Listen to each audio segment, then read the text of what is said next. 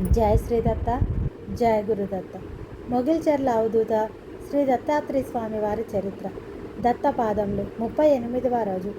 ఫకీరు మాన్యంలో ఆశ్రమ నిర్మాణ స్థలానికి చేరుకున్న శ్రీ స్వామివారు ఆ పక్క రోజు శ్రీధర్రావు దంపతులను వచ్చి ఒక్కసారి కలవమని చెప్పి పంపారు.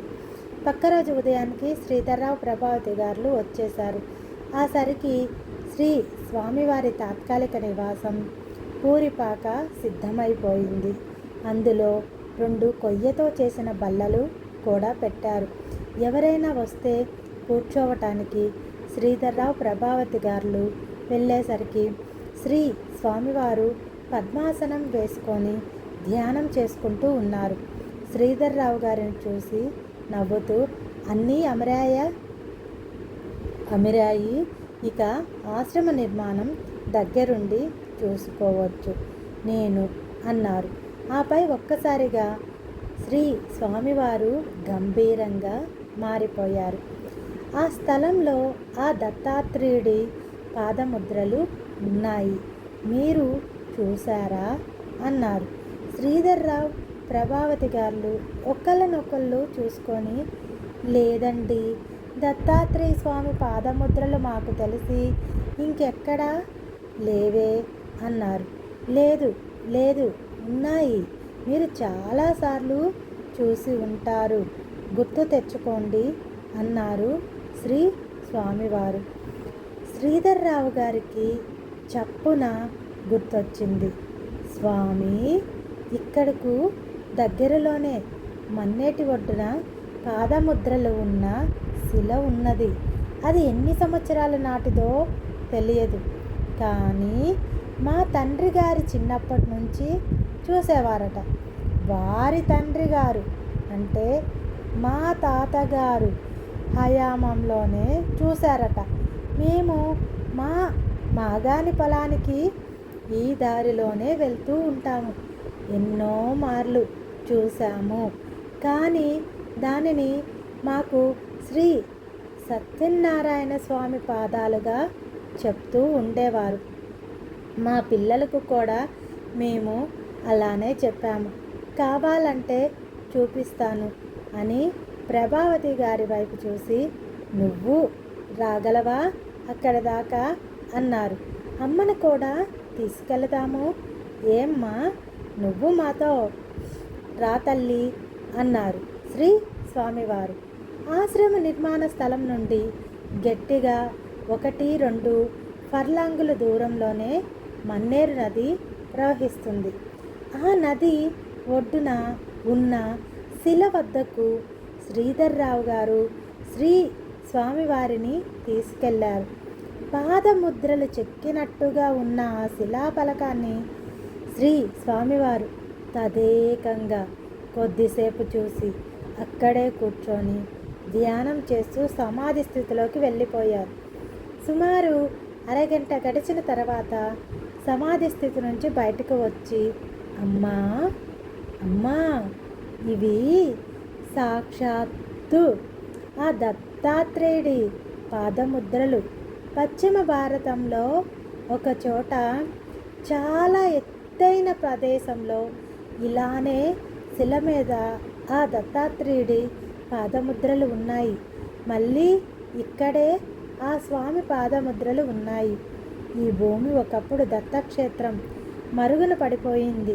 నా తపస్సుకు అనువైన స్థలంగా నేను పదే ఎందుకు ఆరాటపడ్డానో తెలుసా? నాకు ఈశ్వరుడి ఆజ్ఞతో పాటు ఆ దత్తుడి ఆదేశం కూడా అందింది కనుక భవిష్యత్తులో గొప్ప పుణ్యక్షేత్రంగా మారబోతుంది తల్లి ఈ స్థలం. శ్రీధర్రావు గారు, ఈ పాదముద్రలున్న శిలను భద్రపరచండి. ఆశ్రమ నిర్మాణం కాగానే అందులో ఉంచుదాము అన్నారు. ఆ సమయంలో శ్రీ స్వామివారి ముఖం అత్యంత ఆనందంతో వెలిగిపోతుంది. శ్రీ స్వామివారు సాష్టాంగ నమస్కారం చేసి భక్తి పురస్కరంగా ఆ పాదాలను తన చేతితో తడుముతూ ఆ చేతులని తన కళ్ళకు హృదయానికి అత్తుకున్నారు. తమ కళ్ళ ముందు ఏదో ఒక మెరుపు లాంటి తేజం శ్రీ స్వామివారిని తాకుతూ వెళ్ళినట్లు ఆ దంపతులకు గోచరించింది. ఆ వెలుగు చూడలేనట్లు చప్పున కళ్ళు మూసుకున్నారు ప్రభావతి, శ్రీధర్రావు గారు. తాము ఎన్నో మార్లు ఆ దారంట వెళ్తూ చూస్తున్న ఆ శిలాఫలకంపై ఉన్నవి సాక్షాత్తు ఆ దత్తాత్రేయుడి పాదముద్రలని ఆ దంపతులకు ఆ క్షణం వరకు తెలియదు. శ్రీధర్రావు, ప్రభావతి గారు భక్తిగా ఆ పాదాలను మొక్కారు. అక్కడ నుంచి తిరిగి వచ్చేటప్పుడు శ్రీ స్వామివారు మౌనంగా ఉన్నారు. తానుంటున్న పూరిపాకలోకి వచ్చి పద్మాసనం వేసుకు కూర్చొని అవధూతలకు, సాధువులకు చేసిన ఉపకారం ఎన్నో రెట్ల ఫలితాన్ని ఇస్తుంది.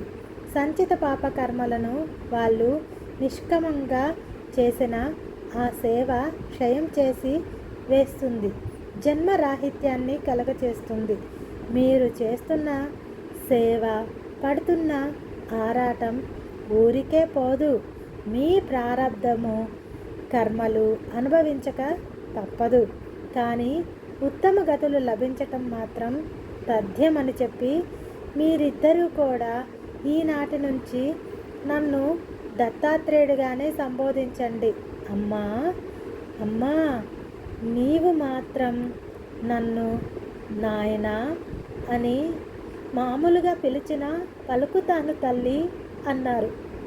శ్రీధర్రావు గారు తమతో బండి వెనుక వచ్చిన మనుషులకు ఆనవాళ్ళు చెప్పి ఆ బండిలోనే ఆ పాదముద్రలున్న శిలను తీసుకురమ్మని పంపించారు. కొద్దిసేపటికే దత్తాత్రేయ స్వామి పాదకులున్న శిలాఫలకం అవధూతగా మారిన ఈ దత్తాత్రేయుడి వద్దకు క్షేమంగా చేరింది. నేటికి శ్రీ దత్తాత్రేయ స్వామి వారి మందిరం ప్రాంగణంలో ఆ దత్త పాదములు భద్రంగా ఉన్నాయి.